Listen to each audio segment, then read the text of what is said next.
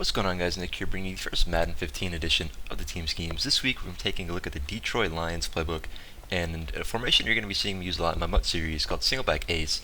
This used to be a really popular formation, still is, has some great run plays that are really hard to stop, and best of all, it's symmetrical, meaning that if we wanted to flip it, we can do it so the defense won't even know. So we can be running this zone weak play, which we're going to be doing, and say the line shifts to the left, we can flip the play to the right, and they won't even know it. We won't have to tap our QB's butt or anything like that. But anyways, the base play for this game is this line zone weak play. So I'm going to show you guys the runs first.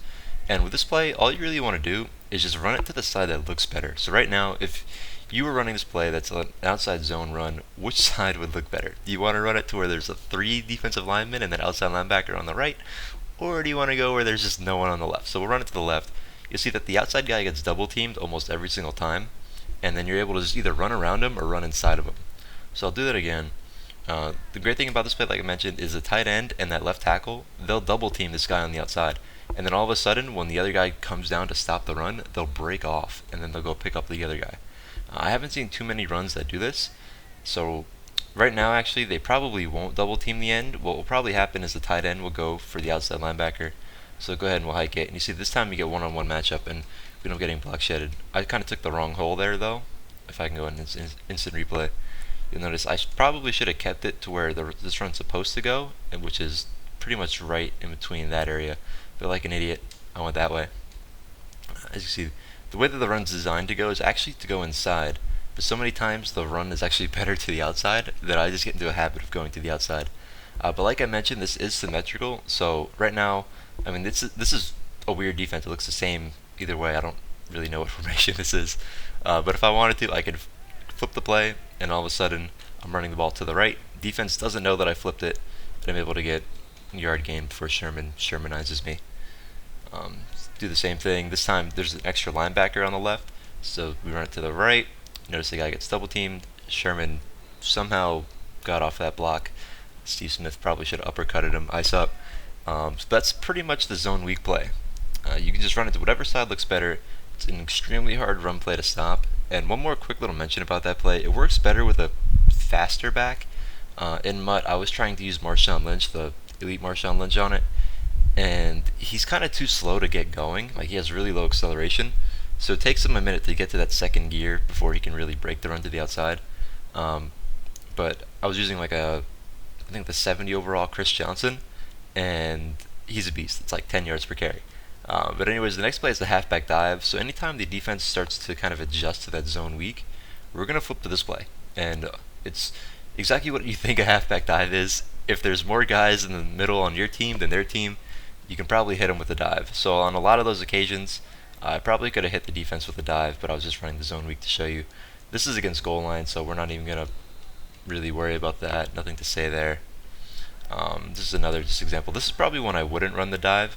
Right now, I have 7 guys on my offensive line, and there are 8 guys in the defense. So if I hike this ball, chances are I was going to get stopped. If any of those guys were blitzing instead of dropping back in the coverage, I would have taken a big hit. Now there's 9 guys in the box.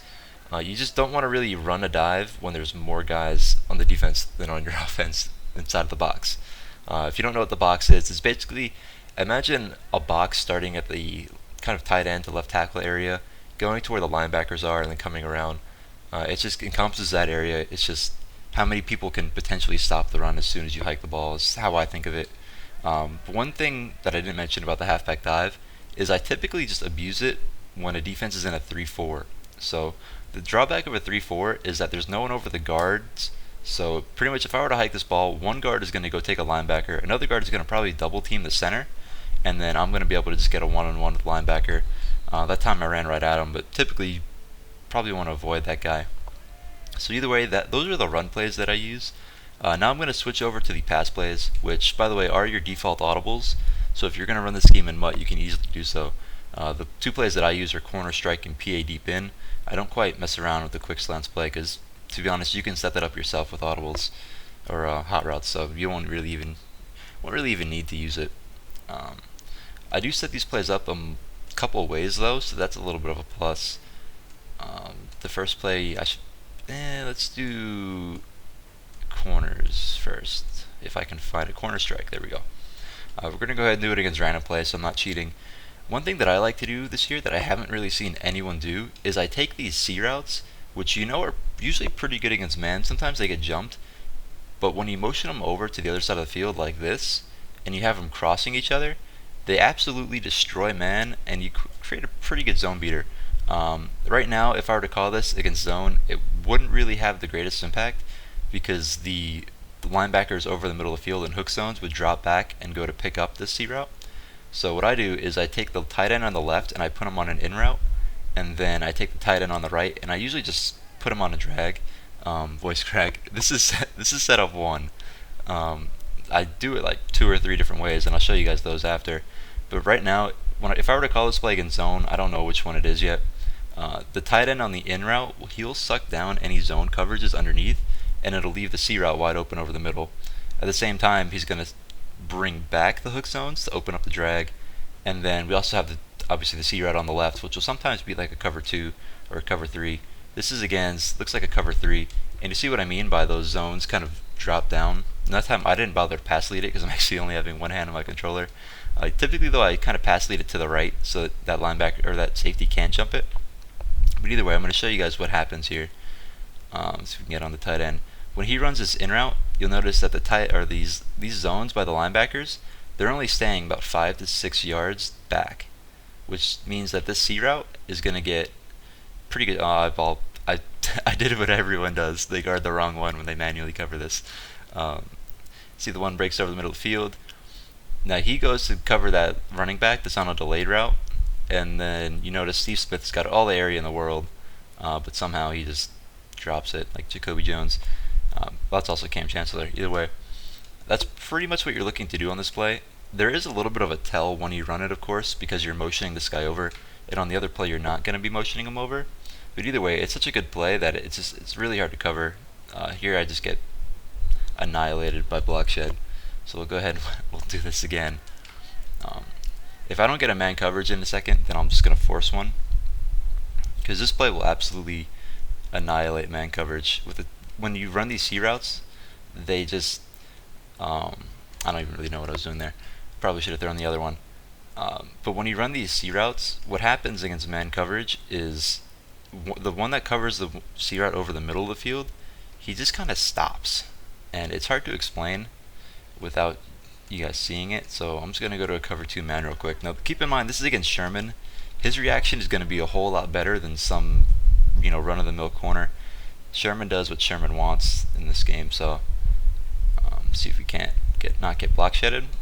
Alright, well I don't want to block the running back, because sometimes when you block a running back, the middle linebacker that's covering him will go cover someone else, and I don't want him double teaming the guy over the middle of the field.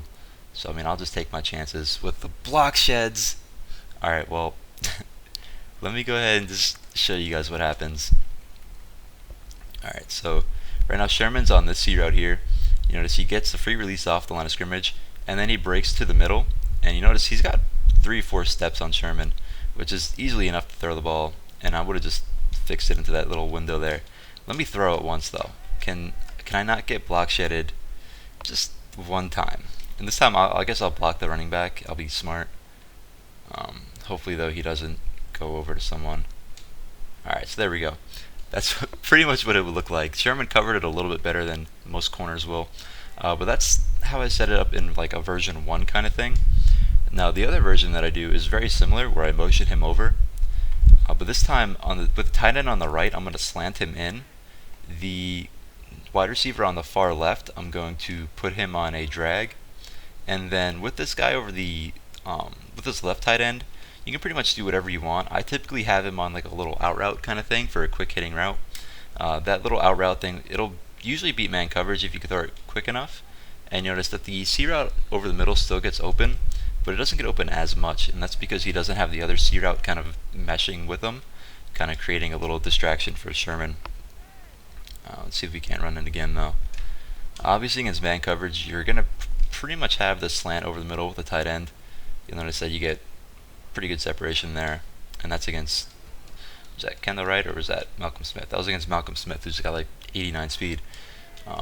So with the slant over the middle with the tight end, it's going to just annihilate man coverage. Only really though when he's He's only really going to beat man coverage when there's someone over him. So right now you notice that the middle line, or that outside linebacker is standing over him. That's usually when he's going to beat the man coverage. This year, for some reason, drags get free releases off the line of scrimmage. So if someone's in a press man coverage like that, or even an off man coverage, you could just hit a drag underneath, and it should be open. Like, I'm just going to put a drag on Torrey Smith here, and you notice he doesn't get bumped at the line of scrimmage. He's a lot faster than the guy covering him, so he just runs right by. What was that? I don't even know what that is anymore. Seahawks had way too many changes in their secondary for me to remember. But those are the two plays that I use out of the corner strike, or was it corner strike? I want to say it was corner strike. Yeah, corner strike. Play names have never been my specialty. Either way, the next play we're going to cover is this PA deep in, and for here we'll just go against another random coverage, if I can find it, random play. The way that I set up this play is pretty similar to the way that I was doing the other one, except really just no motions. So what you want to do is you want to take this tight end on this little delay wheel route thing, because it's almost useless in this game, and you want to put him on another in route, and then you just want to take Steve Smith on the far right and just put him on a drag, or put him on an out route, put him on something that isn't going to interfere with either this post at the tight end or the in route by the far left receiver. Now if you remember anything about these in routes, is that they're unbumpable. So right now the defense is playing off coverage, so it wouldn't even matter. But pretty much as soon as he makes that little break to the inside when he's 10 yards out, that's when you just want to throw the ball. I'll do it a few times without even changing up the play or anything like that, just so you guys can see it. That was against man twice in a row. Against zone, you kind of have to time it. So this is against another zone. You kind of have to squeeze it in there. It's not the greatest throw in the make, but of course, I'm just throwing that right there just to force it to show you guys.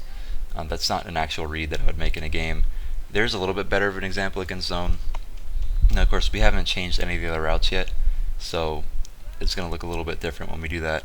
So we put this guy on the in and that guy on the far right on a drag. Against zone, we pretty much create like a little bit of a levels concept. So the in route will keep the zones down while the post route goes behind it. So that was against man again, and I just ended up dumping it off to the I don't even remember which one I had. I think I just hit the in route. And this is against man again. Why do when I want man I get zone, but when I want zone I get man? Come on, practice mode. Let me just show my play. This should be some sort of zone, at least. No. Okay, it's another man coverage. So now I'm going to force zone coverage because practice mode is being practice mode today. But that's pretty much the play against man coverage. I think every single one of those routes will actually have a shot at beating man coverage. And then zone is just, like I said, creating a levels concept. Let's do against like a cover 3. A lot of people are running these cover 3 sky zones this year. They're hard to move the ball on. So here, with all these routes going deep down the field, the drag will eventually get open underneath. That's sort of like your check down. Let's see if I can't hit the post. So you notice how they're staying down to cover the in route, and then it just leaves the post over the middle. I'll show that in instant replay real quick. With this in route here, down to cover it, so that leaves this post just going to get right behind that middle linebacker. You see how he's jumping down to cover the, I think he'd be covering the drag there, not so much the route out of the backfield by the running back. And then you notice he just kind of finds his way. The one bad thing about this play is when the post gets open against zone, he kind of runs to the same spot as the in route. Typically that really won't be a factor, because 9 times out of 10 what's going to happen is this guy's not really going to get jammed like this. You notice how he kind of chipped this outside linebacker. Most of the time he just gets a free release, but sometimes there is that rare occasion where he kind of just runs into that defensive end and just goes. Like you notice there, he barely even got time to go on his route because he just kept on running into that defensive end. That's just something that's going to happen every once in a while, and then it just throws off the timing of the play. So if you're ready for it, it won't really be that big of a deal. Just hit the drag there again. But like I said, you're just creating a little bit of a levels concept. You're attacking 3 different levels of the field. So one of them is going to get open because they can't cover everyone on every play. So there's that. Probably shouldn't have thrown the in route there. I'm just kind of fooling around at this point. But those are the 4 plays that I use. If I were to give you guys a percentage on how much I run to how much I pass, I'd probably almost run the ball like 70% of the time and only throw the ball when I really had to. As you know, running the ball this year is still still really good. So anytime you can just keep the ball on the ground, not even have to worry about giving up a pick, you're going to be in a pretty good place. So hope you guys enjoyed. Give me some feedback. What do you guys want to see? Do you guys want more run schemes, more pass schemes? And I'll go ahead and deliver that. So I'll see you guys next week.